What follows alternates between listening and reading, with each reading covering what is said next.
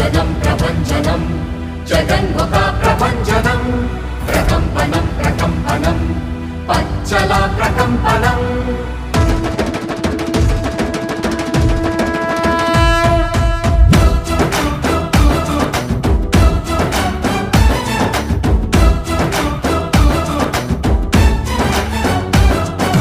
నువ్వొక దూకిన అగ్నిశరం తప్పని యుద్ధ సమీకరణం దుష్ట చతుష్టయ సంహరణం జగన్మోహన నువ్వొక మొక్కని దైవకణం ఎల్లరూ మెచ్చిన దివ్య గుణం లెక్కకు మించిన మంచితనం జగన్మోహన నీ మది తేనె కణం నీ అడుగే సంచలనం రణశంఖారావం పూరించిన వీరత్వం అలుపెరకని నేతృత్వం వెనుదీయని ధీరత్వం సేవే నీ తత్వం మళ్ళీ నీదే దిగ్విజయం అరరర నువ్వొక దూకిన అగ్నిశరం తప్పని యుద్ధ సమీకరణం దుష్ట చతుష్టయ సంహరణం జగన్మోహన ఈనాటి డిఎస్సి కార్యక్రమంలో ముఖ్యంగా చాలా మంది వ్యక్తులు మాట్లాడాల్సిన్నారు కాబట్టి నేను 2 ముక్కలు చెప్పి ముగిస్తాను. పేద ప్రజలందరూ కూడా చాలా విధంగా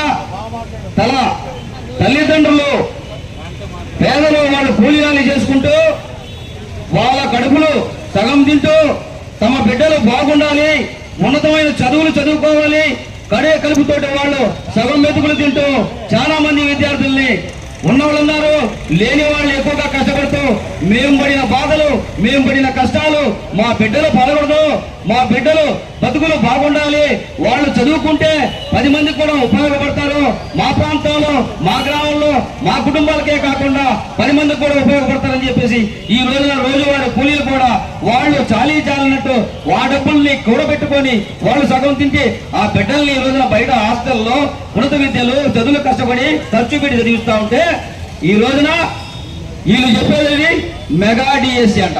అది మెగా డిఎస్సి కాదు, దగా డిఎస్సి అని చెప్పి రాష్ట్రం అంతా జగన్మోహన్ రెడ్డితో సహా ఈ రోజున మా నియోజకవర్గ ఇన్ఛార్జి ప్రతాపన్న కూడా చెప్తా ఉంటే విద్యార్థులు కడుపు కొడుతూ మార్కులు వచ్చిన వాళ్ళకి మెరిట్ స్టూడెంట్లందరినీ పక్కన పెట్టి 15 లక్షలకి 10 లక్షలకి 20 లక్షలకి బేరాలు పెట్టుకుంటే అమ్ముకుంటున్నటువంటి ఈ లోకేష్ బాబుని ఏమనాలని మీ అందరికీ అవగాహన చేస్తున్నాం. మరిపోతే గతంలో చెప్పారు బాబు వస్తే జాబ్ వస్తుందని, ఎవరికి వచ్చిందా అని అడుగుతా ఉన్నాం. వచ్చింది 3కి, పెద్ద బాబుకి చిన్న బాబుకి ఊరిపోయే బాబుకి బాగా వచ్చింది. ఆయన వస్తాడు అంటే వస్తాడు, బాబా మెడ నొప్పి అర్థం కాదు, చేతులు నొప్పి అర్థం కాదు, ఏం కాదు, అరుస్తాడు. అరిసి ఆయన కూడా వచ్చింది, ఇంకెవరికి రాలా. ఈ విధంగా కడుపులో పడుతుంటే నిరుద్యోగ వృత్తి విద్యార్థులకు అన్నారు. ఎక్కడొచ్చారు నిరుద్యోగ వృత్తి? ఎంత బకాయిలు ఉన్నారు? బాబు బతుకంతా మోసాలు, దగాలు, పొత్తులు లేకుండా కత్తులు లేకుండా ఏ రోజు ఎలక్షన్లు పోవు. అది అందరికీ తెలిసిందే. నీకు దమ్ము ధైర్యం అంటే పొత్తులు లేకుండా ఏ రోజున ఎలక్షన్ చేసినావా? చేసావు, మనం చూశారు. మా జగన్మోహన్ రెడ్డి కాదు, గుండె ధైర్యంతో కాంగ్రెస్ పార్టీని ఎదుర్కొని ఆ రోజున మీకు సెంట్రల్లో మంచి పదవులు ఇస్తాము, మీరు మాతో రాండి అంటే వద్దు, మా నాన్నకిచ్చిన మా నాన్న కోసం ఆగిపోయిన గుండె జప్పుల్ని నేను అందరినీ కలుసుకోవాలని చెప్పి పావురాల పుట్టని స్టార్ట్ అయిన ఆయన యాత్రని పార్వతీపురం దాకా దిగ్విజయంగా ముగించినటువంటి మగవాడు మా జగన్మోహన్ రెడ్డి. అటువంటి జగన్మోహన్ రెడ్డి గారితో మీరా మీకు జగన్మోహన్ రెడ్డికి ఏమన్నా పోలికుందా? ఒక్కడే సింగిల్ గా వస్తుందన్న ధైర్యంతో ముందుకు సాగుతా ఉన్నాడు. మరి ముఖ్యంగా చెప్పేది ఏంటంటే ఆనాడు మీరు ఈ రోజున ఓపెనింగ్లు చేసే అన్ని కూడా మా జగన్మోహన్ రెడ్డి హయాంలో ఈ నియోజకవర్గంలో ప్రతాపన్న తీసుకొచ్చిన నిధులతోనే ఈ రోజు ఆర్పాట హంగులతో రెబ్బల్ కటింగ్లు చేసుకుంటున్నా. మీరు నైతిక బాధ్యత అసలు మీకు ఉందని మేము అడుగుతా ఉన్నాం. తీర్చిదిద్దే మీరు ఈ రోజున వాటికి రంగులు బల్లలు పెయింట్లు అని మేమేస్తే ఈ రోజు వచ్చి మీరు వచ్చి మళ్ళా ఓపెనింగ్ చేస్తూ దాంట్లో కూర్చుంటా ఉన్నారు. ఈ రోజున ప్రతాపన్న ఆధ్వర్యంలో చరిత్రలో ఎరిగినటువంటి జోల్దిని ఫిషింగ్ కార్పొరేషన్ తీసుకొస్తే దాన్ని ఆర్పాటంగా మీరు పోయి మేమేదో చేసాం అని చెప్పి ఇది జనాలకు అందరికీ తెలుసు. ఆర్పాటు తెచ్చింది ఎవరు, ఇక్కడ పోతే ఈ ప్రాంతంలో రోడ్లు వెడల్పు చేసింది ఎవరు, నిధులు తెచ్చింది ఎవరు, స్కూల్స్ కట్టింది ఎవరు, ఈ ఫీజు రియంబర్స్మెంట్ తీసుకొచ్చింది ఎవరు అని. ఆ రోజు కూడా వైఎస్ రాజశేఖర రెడ్డి గారు 4 పథకాలతోటి ముందుకెళ్ళి పేదల గుండెల్లో ఈ రోజు కూడా ఏ ఇంట్లో పోయినా 90% మంది గృహాలు చూసుకోండి. కావాలంటే దేవుడి పటాల పక్కన రాజశేఖర రెడ్డి గారి పటాలు ఉంటాయి. అది మేము చెప్పుకునేదానికి ఆ రోజున రాజశేఖర రెడ్డి గారికి ఒక బ్రాండ్ ఉంది. ఆరోగ్యశ్రీ, 108, రైతు రుణమాఫీ, జలయజ్ఞం, ఫీజు రియంబర్స్మెంట్, ఇవన్నీ అది రాజశేఖర రెడ్డి బ్రాండ్. జగన్మోహన్ రెడ్డి కూడా ఒక బ్రాండ్ ఉంది. అమ్మఒడి, ఆర్బీకేలు, వెల్నెస్ సెంటర్లు, 108, వసతి దీవెన, విద్యా దీవెన, జగనన్న గోరుముద్ద, ఇటువంటి చెప్పుకుంటూ పోతే కమ్మ, కాపు, సాలె, గౌడ, కమ్మ లేదు, ఇమాము లేదు, మౌజం లేదు, పాస్టర్ లేరు, కాటన్నకి, ఇస్తిరన్నకి, కాపు నేస్తాం, రజకులకి, నాయ బ్రాహ్మణులకి చెప్పుకుంటే మాకే నోరు తిరగట్లా ఆయన పెట్టిన పథకాల్ని. వీటన్నిటిని తీసుకుంటూ ఈ రోజున ఒక్క గంట ఒకడు సూపర్ 6. ఇది సూపర్ 6 కాదు, డక్అవుట్.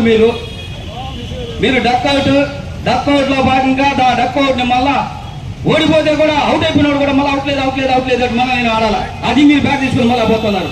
అవుట్ అయిపోయినా కూడా మీ పరిస్థితి అది. వీళ్ళకి కూడా ఒక బ్రాండ్ ఉన్నాయో చంద్రబాబు నాయుడుకో అది చెప్పడం మర్చిపోయా, మళ్ళీ ఆయన బాధపడతాడు. ఖచ్చితంగా ఇంకొక బ్రాండ్ ఉంది. ఏంటది? మానవని ఎన్నుకోడు పడితే కుర్చీ లాక్కోవడం ఆయన బ్రాండే కదా పాప. ఆయన సైకిల్ గుర్తులు లాక్కోవడం, ఆయనకున్న రిజిస్టర్లు ఉన్నట్టు డబ్బులు గిబ్బులు మొత్తాన్ని లాక్కోవడం, అది చంద్రబాబు బ్రాండ్. పిల్లనిచ్చిన మామూలు మోసం చేయడం చంద్రబాబు బ్రాండ్. పాపం కరోనా పీరియడ్లో చూసాం మనం. పిల్లలు తండ్రికి అన్నకి చెల్లి బాబు బంధుత్వాలు లేకుండా దూరంగా ముట్టుకునేదానికి భయపడే పరిస్థితుల్లో ఈ రోజు జగన్మోహన్ రెడ్డి ఎక్కడా కూడా ఎవరికి కూడా ఇంట్లో కూర్చోబెట్టి పథకాలన్నీ మన బొమ్మల దగ్గరికి చేర్చిన ఘనత జగన్మోహన్ రెడ్డి గారిది. ఈయన ఏం చేశాడు? ఆయన తంటాలు పడుతూ అప్పులు చేశారు. ఏం అప్పులు చేశారు మీరు? జగన్మోహన్ రెడ్డి ఇన్ని పథకాలు పెట్టి చేసిన అప్పులు ఎంత?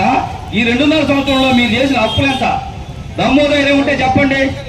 ఇక్కడ స్థానిక శాసనసభ్యుల ఎవరు కూడా చెప్తున్నా, మా ప్రతాపన్న రికార్డెడ్ గా పోదాం రాండి అంటున్నాడు. మీకు ఎందుకు భయము? మీకు భయపడే కదా మీరు రావట్లేదు. దమ్ము ధైర్యం ఉంటే నీ సిట్టు మీరే వేసుకోండి, సిబిఐ మీరే వేసుకోండి. ఆ రోజున ఉన్నతంగా రాజశేఖర రెడ్డి తన తనయుడు మీద అభాండం వేస్తే సిబిఐ వేసి క్లీన్ చిట్ గా ముందుకు వచ్చిన ఘనత రాజశేఖర రెడ్డి గారిది, తన తనయుడిది. వీటన్నిటిని మర్చిపోయి ఆ కుటుంబం గురించి మాట్లాడేదానికి చిన్నాభిన్నం చేసేసి నందమూరి కుటుంబాన్ని పాపం నందల పాలు చేసేసేవే. బాబుకి అక్క లేకుండా, అక్కకి చెల్లి లేకుండా, బామ్మడికి తోడు లేకుండా వాళ్ళందరినీ ఎడగొట్టేసి నాయన పాపం నీ దగ్గర పెట్టుకొని వాళ్ళందరూ వాళ్ళ అమాయకులు కాబట్టి పాపం ఇది నువ్వు చేసే బ్రాండ్.